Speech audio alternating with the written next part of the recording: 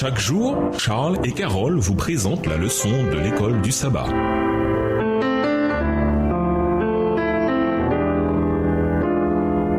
Bienvenue à votre émission Dieu nous parle. dans la leçon de mercredi, la plus grande offense. Imaginez que vous êtes un disciple de Jésus. Vous voyagez avec lui, mangez avec lui, dormez près de lui et apprenez de lui tandis qu'il transforme des vies, dont la vôtre. Les gens le réclament quand il passe et vous réalisez de la chance que vous avez d'avoir été choisi pour faire partie des 12 personnes les plus proches de lui. C'est alors que vous commencez à vous demander qui est le plus grand de tous les disciples.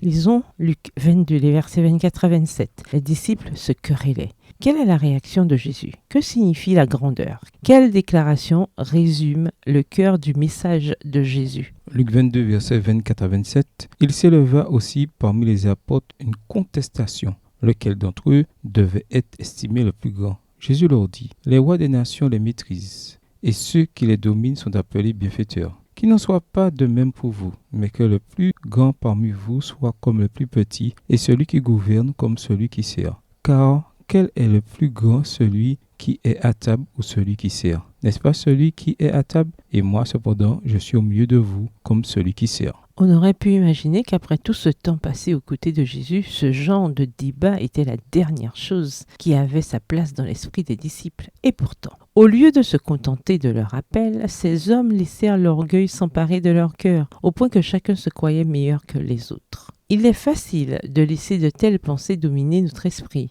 mais on nous dit que rien n'est plus offensant pour Dieu, plus dangereux pour l'âme humaine que l'orgueil et la propre suffisance. De tous les péchés, c'est assurément le plus difficile à vaincre. Extrait du livre Les paraboles de Jésus à la page 128, livre écrit par Ellen G. White. C'est très sérieux. Notre orgueil offense Dieu plus que toute autre chose. Et c'est un trait de caractère qui est difficile à vaincre. Parce que souvent, nous ne le voyons pas pour ce qu'il est. Nous pensons être autonomes alors que nous choisissons de ne pas faire d'auto-évaluation, car l'orgueil est roi. Mais nous devons prendre le temps de faire un auto-diagnostic et demander à Dieu qu'il ouvre nos yeux à notre véritable condition, car l'orgueil est peut-être le facteur numéro 1 qui nous empêche d'avoir une relation étroite avec lui dès aujourd'hui. Si vous prenez conscience que Dieu seul peut faire ce travail d'enlever l'orgueil et l'égoïsme de votre âme, faites une pause et dites cette prière. Seigneur, prends mon cœur, car je ne puis te le donner. Il t'appartient. Garde-le pur, car j'en suis incapable. Sauve-moi en dépit de moi-même, de ce moi faible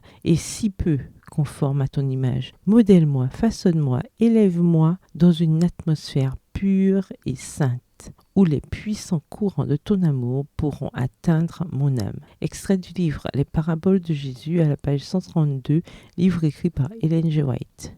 Au revoir. Et à demain si Dieu veut. Dieu nous parle. Chaque jour, Charles et Carole vous présentent la leçon de l'école du sabbat.